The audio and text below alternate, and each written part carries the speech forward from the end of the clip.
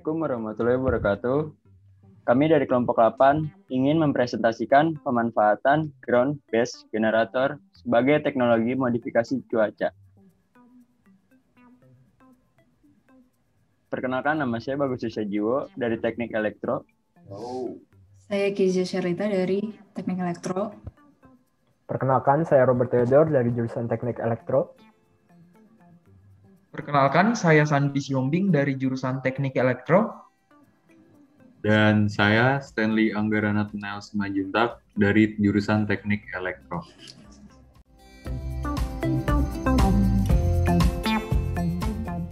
Oke, di sini ada latar belakang di mana menunjukkan foto ini adalah di mana Indonesia merupakan negara agraris dan saat ini sebesar 30% lahan negara digunakan untuk pertanian dan telah diatur oleh pemerintah negara. Indonesia terletak di daerah tropis sehingga terus mengalami hujan lebat dan sinar matahari sepanjang waktu yang sangat penting untuk meningkatkan mutu pertanian. Next. Dan untuk komoditas ekspor utama pertanian adalah yang pertama kopi, kedua beras, ketiga lada, keempat kacang, kelima karet, dan keenam adalah buah-buahan. Oke, bagus. Yang berikutnya ada masalah dalam pertanian. Akhir-akhir tahun ini telah terjadi banyak masalah kekeringan dalam pertanian di Indonesia pada musim kemarau, yang menjadi masalah oleh adanya sinar matahari yang terlalu berlebih dengan suhu tinggi dan curah hujan yang sangat rendah. Selain itu juga adanya penebangan pohon secara liar yang juga menyebabkan kurangnya air di suatu daerah. Next. Berikutnya, pada tahun 2020, provinsi yang paling terdampak adalah Aceh, Nusa Tenggara Barat, Jawa Tengah, Sumatera Utara, dan juga Jawa Timur. Luas lahan sawah yang terkena kekeringan hingga Agustus 2020 mencapai 40.648 hektar are. Provinsi Aceh merupakan daerah yang paling luas mengalami kekeringan, sehingga perekonomian Indonesia pun menjadi terhambat. Next.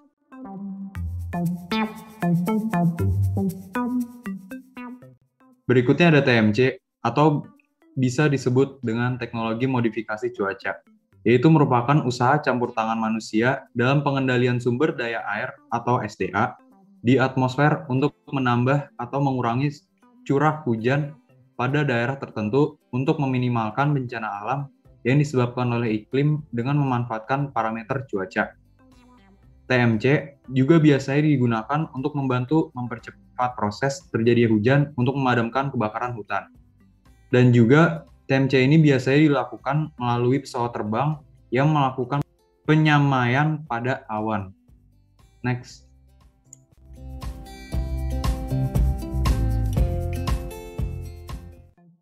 Oke, selanjutnya ada pemanfaatan AI.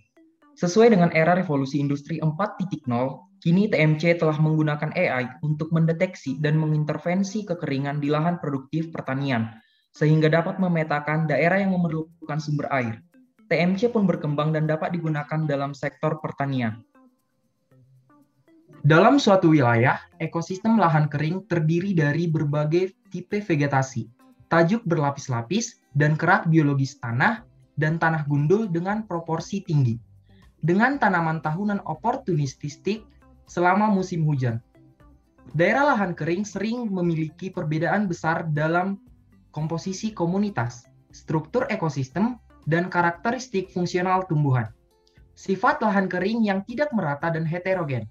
Ekosistem ini menghadirkan tantangan untuk meningkatkan pengukuran tanah untuk menafsirkan sinyal yang dikumpulkan dalam skala yang lebih besar, termasuk citra penginderaan jauh dengan resolusi yang sangat besar. Oleh karena itu, dinamika fungsional membutuhkan evolusi tidak hanya alat yang digunakan, tetapi penggabungan berbagai disiplin ilmu atau ekologi, fisiologi tumbuhan, ilmu tanah, hidrologi, dan ilmu geospasial dan sebagainya. Dan kumpulan data yang berbeda. Penginderaan jauh di lahan kering siap untuk dibangun.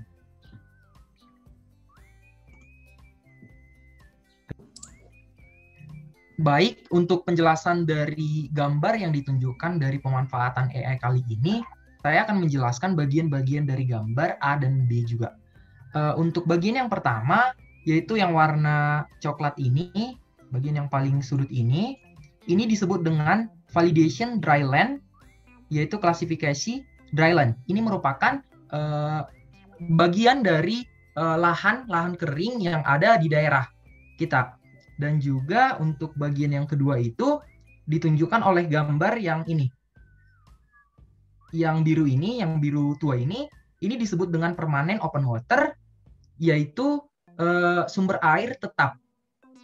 Dan juga yang berikutnya, yang warna biru ini yang menyebar di sekitar gambar ini, di sini, ini merupakan validation temporary open water, classification temporary open water, yaitu bagian dari suatu daerah yang sumber airnya itu jarang atau dia merupakan sumber air yang tidak tetap.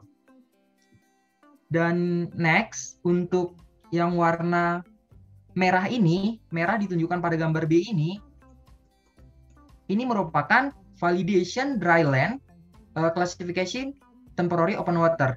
Ini merupakan bagian dari lahan kering, tetapi dia masih bisa diklasifikasikan ke temporary open water, yaitu daerah yang masih memiliki sumber air tetapi tidak tetap, dia musiman. Begitu. Oke, untuk selanjutnya di sini kami memberikan gambar, yaitu grafik dari A dan B. Ini menunjukkan pengaruh kecerahan tanah pada relatif permukaan untuk kanopi jarang ditunjukkan oleh gambar ini, dan untuk kanopi yang padat ditunjukkan oleh gambar ini. Simulasi dilakukan dengan menggunakan ProScale versi 5B yang diambil dari buku Jacques Mott et di tahun 2009. Berdasarkan konektor daun prospek optik model yang diambil dari buku Ferret et al. Di tahun 2008. Dan model refleksi dwiabrasi kanopi layar yang diambil dari buku Verhoef tahun 1984. Hanya indeks area daun dan spektra reflektori tanah bervariasi. Sementara semua simulasi dilakukan dengan distribusi sudut bulat zenit pada sudut surya 30 derajat sudut pandang nadir. Dan 40 mikrogram per cm kuadrat klorofil A plus B, 8 mikrogram cm kuadrat kandungan karotenoid, dan ketebalan air sekitar 0,01 cm dan 0,009 gram per cm kuadrat kandungan bahan kering.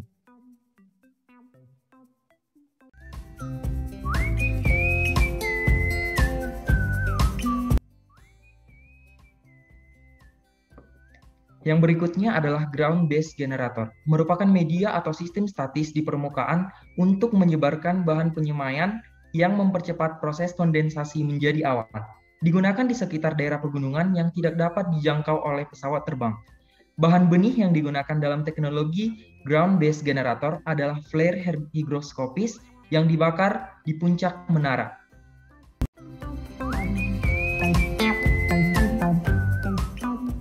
Baik, sekarang ada tujuan kami memaparkan teknologi ini. Jadi, penggunaan teknologi ground-based generator ditujukan untuk mengatur cuaca agar dapat menyelesaikan masalah banyaknya kekeringan lahan pertanian di negara Indonesia. Maka, dengan menggunakan ground-based generator ini juga dapat meningkatkan mutu hasil pertanian oleh karena dapat mengairi lahan pertanian yang telah mengalami kekeringan ataupun kekurangan akan sumber air. Lalu menjadikan teknologi ground-based generator sebagai teknologi alternatif TMC yang lebih efisien dan efektif dalam mengatur cuaca untuk mengurangi penggunaan pesawat dan biaya pengeluaran negara yang terlalu besar. Dan yang terakhir, mengaplikasikan kemajuan artificial intelligence pada teknologi modifikasi cuaca seiring berkembangnya zaman.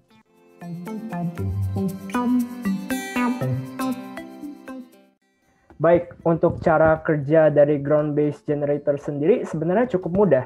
Jadi, apabila suhu cuaca terlalu panas, maka sensor akan mewaspadai radar, dan radar tersebut akan memetakan posisi lahan pertanian yang mengalami kekurangan akan sumber air. Lalu, generator akan menembakkan flare ke atas langit, dan flare tersebut mengandung bahan higroskopis yang berarti bahan yang sangat mudah untuk menyerap air, seperti misalnya NaCl ataupun garam. Lalu, flare tersebut akan mempercepat proses kondensasi, yang berarti mempercepat proses pembentukan awan. Lalu, benih di langit akan membentuk awan yang tebal dan akan menghasilkan hujan. Hujan tersebut akan mengairi daerah pertanian yang mengalami kekurangan akan sumber air.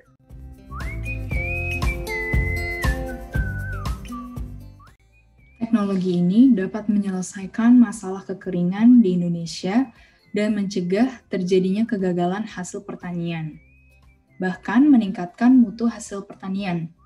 Dengan inovasi AI pada ground-based generator yang menggunakan metode WSN atau Wireless Sensor Network, teknologi ini mampu memetakan lokasi daerah yang mengalami kekeringan.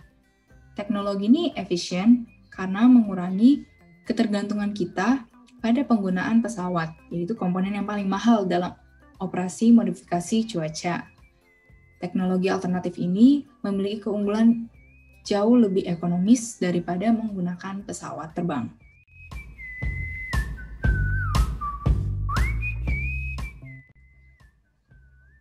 Dari pemaparan di video ini, kami menarik kesimpulan bahwa teknologi membantu manusia memecahkan permasalahan dari suatu negara.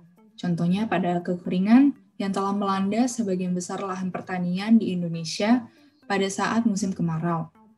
Ground-based generator dengan modifikasi AI dapat mencegah masalah kekeringan dan dapat meningkatkan hasil pertanian di Indonesia dengan cara yang sangat efisien dan tidak memerlukan pengeluaran yang terlalu banyak seperti menggunakan pesawat terbang sebagai TMC.